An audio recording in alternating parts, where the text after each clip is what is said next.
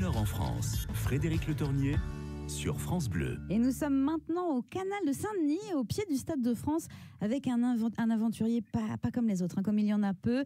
Ce Lyonnais s'était lancé il y a 5 mois depuis Paris pour un Tour de France à la rame. Et il termine son parcours demain. Cela n'avait jamais été réalisé auparavant.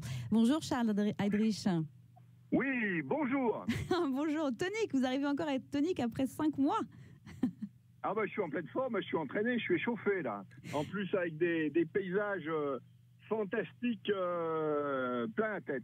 Mais alors comment vous vous sentez sérieusement à la veille de boucler votre tour? Un peu triste que ça se finisse, toujours en forme, un peu fatigué? Fatigué, non, pas du tout, en pleine forme. Triste, bah non plus. Hein. Ça a été, disons, un Tour de France extraordinaire. Et pour tout vous dire, donc je suis en train de me décider sur la prochaine expé parmi les 42 que j'ai en tête. Ah oui, vous ne vous arrêtez jamais en fait, vous, Charles Heydrich. On est déjà en visuel sur la prochaine aventure. En tout cas, ce qui est fou, c'est que ça n'avait jamais été réalisé. Personne n'avait pensé à un Tour de France à la rame. Ah bah à vrai dire, quand j'ai pensé à ça, ça a été ma grosse surprise. Parce que c'est quelque chose qui est faisable. Hein. J'ai fait 3000 km vraiment à la continuité du Tour de France, avec aussi bien les canaux, les rivières, les fleuves et l'océan, et ça n'a jamais été fait. Alors pour moi, évidemment, c'est là, quand il y a une première ou un record, c'est la cerise sur le gâteau. Vous vous engouffrez. Et combien vous avez fait de kilomètres par jour exactement en moyenne? Alors, entre quelques kilomètres, parce que par moments, c'était très compliqué, la progression était lente. Par exemple, le canal du Midi, j'ai eu du vent de face avec de la tramontane quasiment tout le temps. Et puis, jusqu'au maximum, une centaine de kilomètres dans la journée. Quand j'ai eu sur du Fort Mistral, par exemple sur le Rhône, où là, j'avançais à toute allure. Et alors, Charles Heydrich, la diversité des paysages de France, c'est pas une légende, vous avez pu vous en rendre compte, là, ça devait être magnifique, vous avez dû voir des choses très différentes les unes des autres.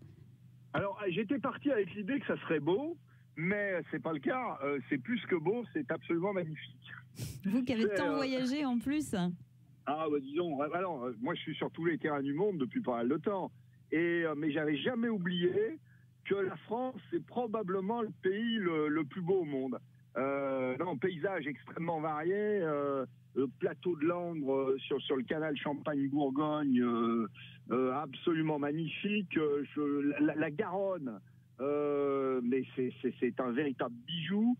Récemment, je remonte la Somme, et encore hier, alors que j'étais à 15 km du centre-ville de Paris, on se croirait en Amazonie. Les gens pensent que j'exagère. Ah oui, donc à l'Amazonie, je connais.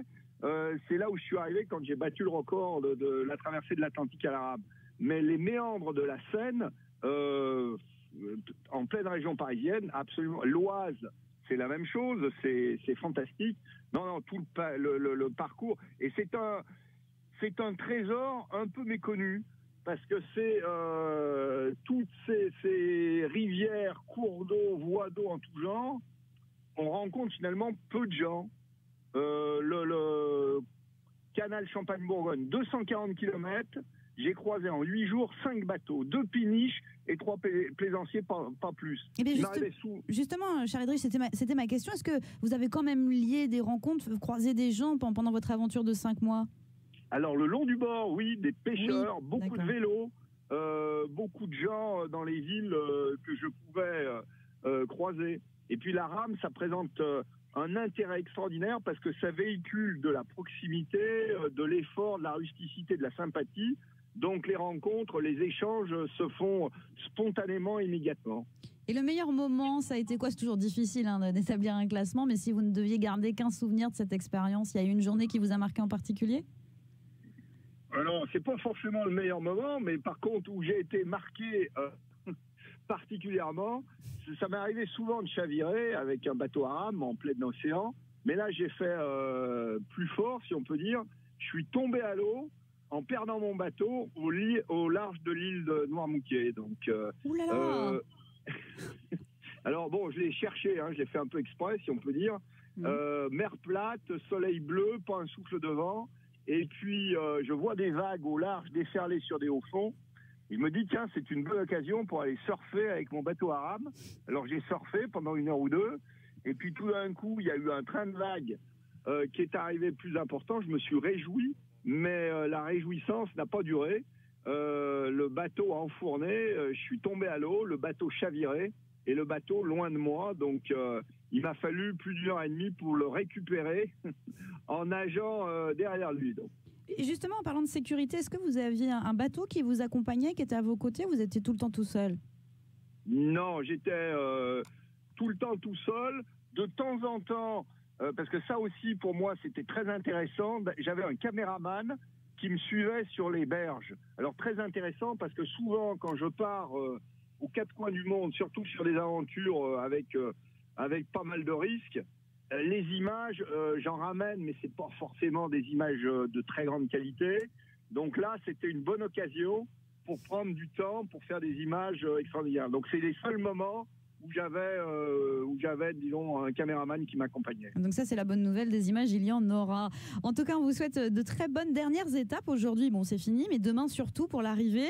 Bravo à vous pour ce nouveau défi. On attend le prochain avec impatience. Merci beaucoup de nous avoir accordé un petit peu de temps, Charles Heydrich.